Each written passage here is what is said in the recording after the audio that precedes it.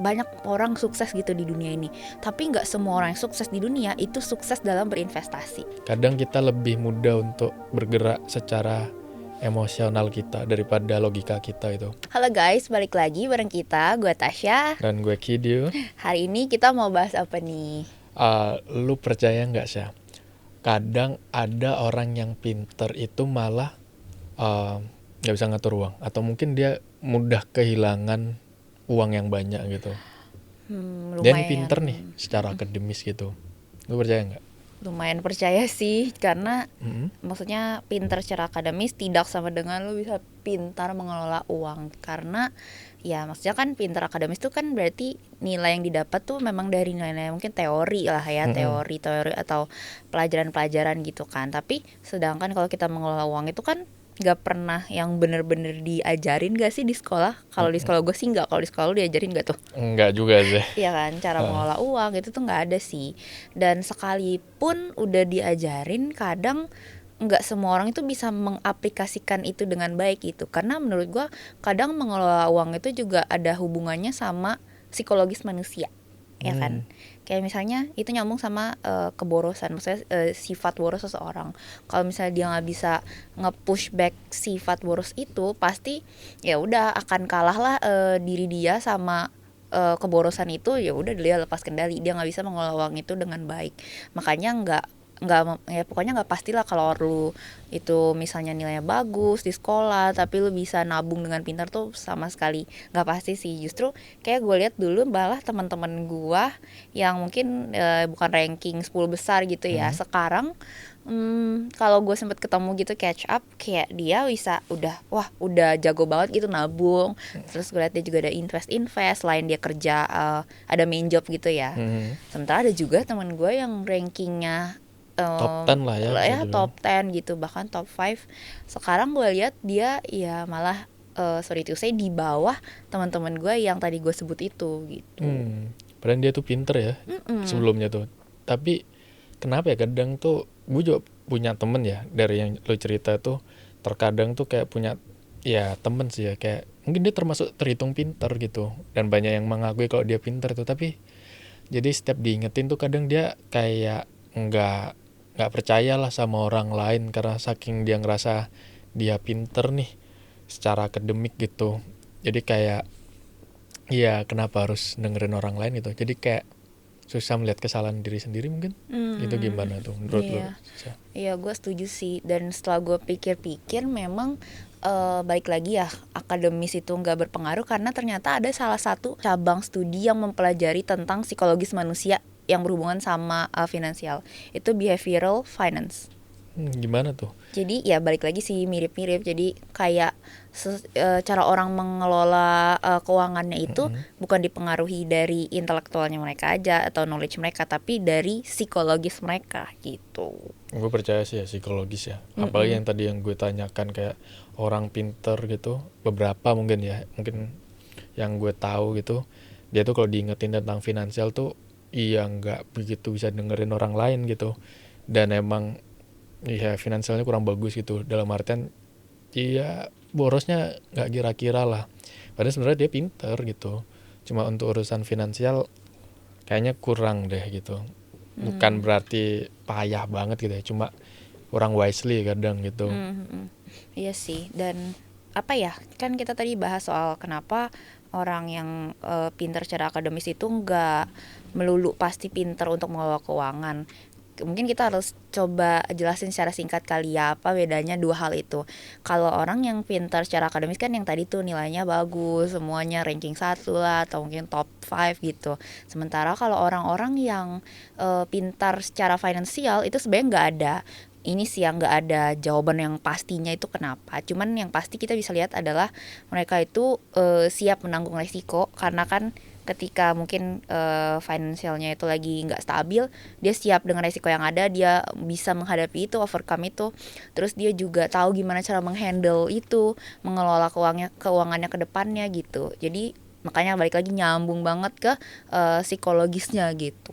Oh berarti pendidikan tinggi itu nggak bergaris lurus sama caranya dia ngatur keuangan ya, bisa dibilang kayak gitu ya Betul, saya. betul. Sama halnya juga dengan investasi. Mm-mm. Nggak baik, maksudnya gimana ya? Banyak orang sukses gitu di dunia ini, tapi nggak semua orang yang sukses di dunia itu sukses dalam berinvestasi. Bener nggak? Wah, sepakat gue, sepakat. Iya kan, kayak ya karena orang-orang yang sukses di investasi itu dia udah tahu gimana cara mengelola emosi dia, gimana cara mengelola resiko segala macam, udah ada plannya gitu. Sementara mungkin orang-orang yang udah sukses di dunia itu dari bidang bisnis atau pekerjaannya sendiri, itu kan dia sukses ya karena mungkin dia jago dagang atau dia jago dalam ahli lah dalam pekerjaan dia gitu. Sementara ketika dia mulai berinvestasi itu kan yang terinvolve itu juga udah bukan soal ilmu aja tapi secara psikologis mental, karena let's say nih kayak keadaan market kita sekarang yang lumayan gonjang-ganjing gitu kan. Nah justru di momen-momen kayak gini investor itu kan diuji kayak gimana caranya ya untuk tetap bertahan, untuk nggak menyerah gitu. Tapi kalau orang-orang yang misalnya baru join, orang-orang sukses yang udah join, mungkin mereka ada yang nggak kuat dan langsung kayak udah deh gue mundur, udah loss, biarin cut gitu misalnya. Tapi justru investor yang udah jago, udah handal dari lama, mereka nggak melihat ini tuh sebagai sesuatu yang mematikan, tapi bahkan ada yang bisa melihat ini tuh sebagai peluang atau mungkin waktunya istirahat sebentar gitu kan. Lagian kan ya beristirahat kan bukan berarti kalah gitu. Tapi gue sepakat ya dengan yang lu ceritain tuh, kalau misalnya kita bahas tentang investor gitu atau investasi gitu, orang pinter kadang dia tuh terlalu percaya diri gitu loh. Bisa jadi kayak nggak tahu ya, gue pernah lihat fenomenanya tuh di ya orang yang gue kenal lah, karena dia ngerasa dirinya yakin dan dia ngerasa pinter gitu, jadi kayak cukup berani ngambil keputusan kayak investasi yang high risk gitu. Kan investasi kan ada yang high risk high return tuh. Tapi karena mungkin dia hanya bermodalkan pintar akademisi aja loh menurut gue ya, jadi dia kayak percaya diri aja, kayak gue tahu nih teorinya ekonomi kayak gini. Ternyata ujungnya ya dia cabut, dalam artian tuh kayak merugi gitu loh. Iya benar-benar. Kayaknya emang manajemen risikonya juga kurang bagus sama finansialnya. Jadi Betul kayak betul. combo banget sih gitu. Combo ya, combo triple kill. Triple kill banget sih itu. Soalnya benar juga sih kalau kata lo, kadang ada orang yang knowledge-nya udah terlalu luas, dia jadi overconfidence gitu kan. Terus dia menganggap gue udah tahu semua hal nih, gue nggak takut lah intinya. Kayak gue pasti bisa ya udahlah gue invest aja, uang gue banyak, gue tahu kok apa yang gue invest, let's say maksudnya kayak apa ya, instrumennya ini gue udah tau lah backgroundnya segala macam gitu. Tapi kan dia nggak mempertimbangkan potensi, mungkin ya nggak mempertimbangkan potensi di depannya apa yang akan terjadi mungkin gitu. Jadi belum ada manajemen risiko yang tadi lu bilang gitu. Jadi ya udah collapse ketika apa yang dia udah expect sebelumnya tuh nggak terjadi gitu. Overconfidence banget sih Overconfidence itu ya. Dan itu kan sebenarnya nggak cuma di investasi ya, nggak di dunia investasi aja, tapi kayak di dunia pekerjaan, terus di kehidupan kita sehari-hari. Kadang ada orang yang udah kepedean gitu, kayak gue bisa lah, gue ngerti apa yang lagi gue laluin, malah jadinya jatuhnya lebih dalam gitu. Jadinya kayak emosi kadang drive by ego gitu nggak sih jadinya. Jadi karena lu ngerasa lu percaya diri gitu, ya udah lu ikutin aja emosi lu, dalam artian wah gue yakin kok ini instrumen bakal naik gitu, meskipun ya perhitungannya kurang bagus mungkin dia. Tapi ya karena perhitungannya kurang bagus, manajemen risikonya kurang bagus, jadinya ya cabut gitu. Jadi kayak ya malah cut loss gitu ujungnya. Iya gitu. benar. Nah gue penasaran nih, kalau dari sisi lu nih, pendapat lu tentang hal ini gimana? Kan tadi ngomongin soal orang-orang yang knowledge-nya luas terus jadi overconfidence. Itu kan ada hubungannya dengan statement kayak kenapa logika pada akhirnya bisa dikalahkan emosi. Ya seperti yang kita bahas tadi juga ya, tentang kayak kepercayaan diri itu ya. Terkadang emang manusia psikologisnya lebih emosional gitu ya. Maksudnya kadang kita lebih mudah untuk bergerak secara emosional kita daripada logika kita itu. Umumnya kayak yang paling umum ya, kayak kadang orang mikir pacaran pikirnya pakai logika, jangan pakai emosi gitu. Benar. Ya udah kita ngerasanya seneng atau bahagia, sama aja kayak misalnya kita taruh di investasi itu atau instrumen ya, investasi trading gitu. Saking kita percayanya sama diri kita, ya udah kita udah includein aja kayak dalam artian ya beli ini aja, beli ini, gue yakin bakal naik. Dan ternyata misalnya kalah nih atau cut loss gitu, dia masih percaya itu bakal berhasil, ya dia bakal tetap ikutin gitu. Padahal sebenarnya kalau secara manajemen resiko itu kan kita harus tahu nih batasan berapa titik maksimal yang bisa kita tolerir sama yang nggak bisa kita tolerir gitu. Tapi orang-orang umumnya kadang kayak yaudahlah ikutin aja lah, mungkin udah kepala tanggung gitu, apa kayak orang dulu tuh bilangnya udah nyebur gitu. Iya, udah terlanjur kecebur gitu ya.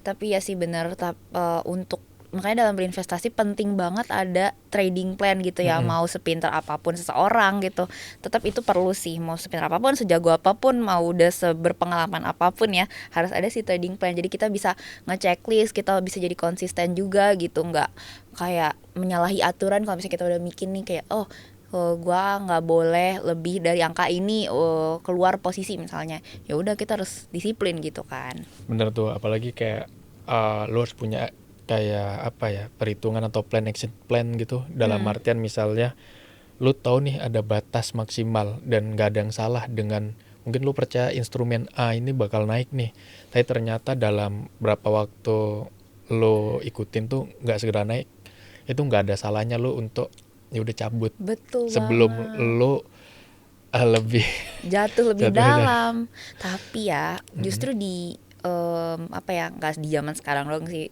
secara dasarnya ya manusia itu lumayan sulit ya ngakuin kesalahan gitu. Wah tuh kayaknya nggak di dunia investasi aja ya, di keseharian kayaknya emang susah sih itu ya. Karena kan orang pasti ngerasa kayak ketika dia ngaku dia salah, dia kalah. Benar.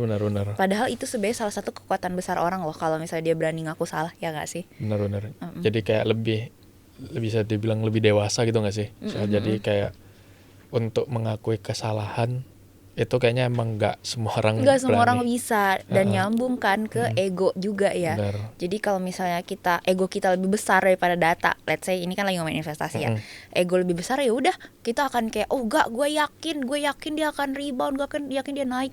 Aduh, lu pegang itu, lu hold itu sampai let's say 10 tahun baru dia naik.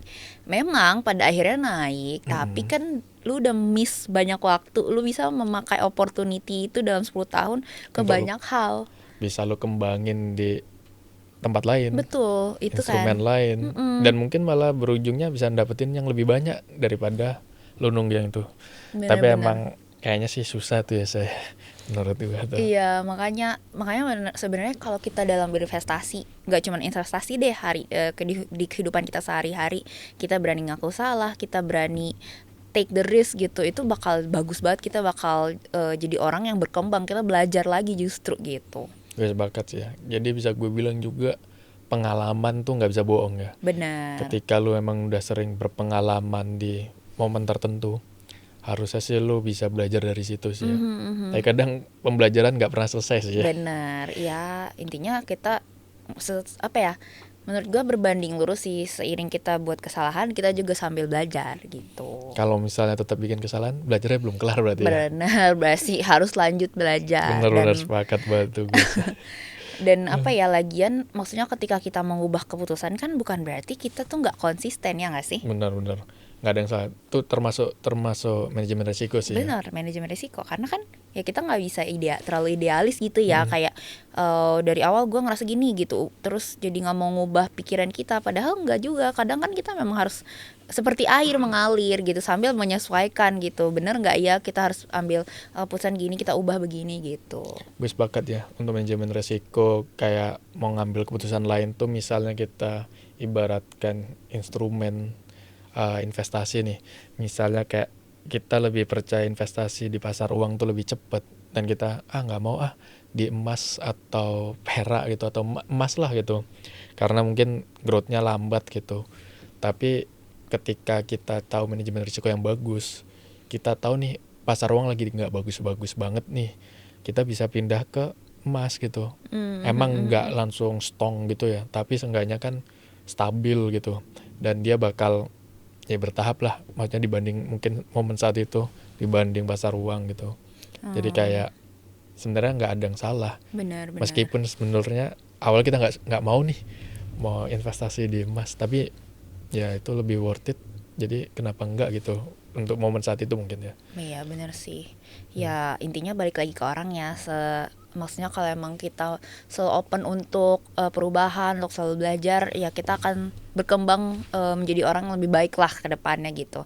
Jadi bukan karena kita kurang oke mungkin secara akademik terus kita jadi down, kita nggak bisa sukses dan di hidup nih, nggak mungkin kayak gitu, nggak ada hubungannya sama sekali, karena selama kita masih bernapas kita bakal terus menerus belajar gitu. Sama halnya di dunia investasi itu kan nggak mengenal umur ya, jadi kayak selama kita ada niat ya udah pasti kita bisa kok, sama ada kesabaran. Yang penting pelan-pelan lah dalam belajar, nggak tergesa-gesa gitu ya mengambil keputusan. Itu berarti bisa gue ambil kesimpulan tuh, lu bisa ngasih tips ke teman-teman nih di rumah ya, kalau misalnya ada momen kayak gitu tuh biar bisa ngelatih pola yang kayak gitu tuh gimana tuh kira-kira, Sa? Mungkin dengan cara lu harus mengelola ego lu, terus mungkin emosi lu gitu, sama digabungin dengan logika juga ya, dengan baik gitu. Maksudnya semuanya harus dibuat balance sehingga jangan sampai ada yang timpang tindih terlalu jauh, karena itu sangat amat mempengaruhi keputusan lu dalam mengelola finansial lu itu. Bisa gue bilang juga jangan denial sama data lah ya. Betul, jangan denial, benar-benar. Benar-benar Karena data tuh udah ngasih udah betul. faktual gitu ya, udah jangan denial. Dan Iya. mungkin kalau misalnya ngambil keputusan mungkin jangan terburu-buru gitu ya. Iya, Even benar. kita lagi emosi atau wah panas gitu, mungkin kita perlu istirahat dulu, mungkin sejenak Benar. 10 menit 15 menit, minum air Setuju. putih atau makan bentar gitu, baru udah Benar-benar. kita lanjutin lagi untuk trading gitu. Benar, yang penting kita tenang ya. Nah, Oke lah, mungkin untuk percakapan kita tentang kecerdasan itu berpengaruh nggak sih Manajemen sama risikonya. manajemen keuangan kita gitu ya. Sampai di sini dulu. Mungkin kalau misalnya teman-teman ada pertanyaan lebih jauh gitu, mau bahas sama kita atau mungkin apa solusinya biar kita lebih bijak lagi dalam atau mau curhat cerita iya, di kolom komentar juga cerita-cerita boleh gitu. banget sih. Boleh banget, drop di kolom komentar ya guys. Oke, Oke. untuk sekarang kita akhiri dulu. See you guys on the next video. Bye bye. Bye bye.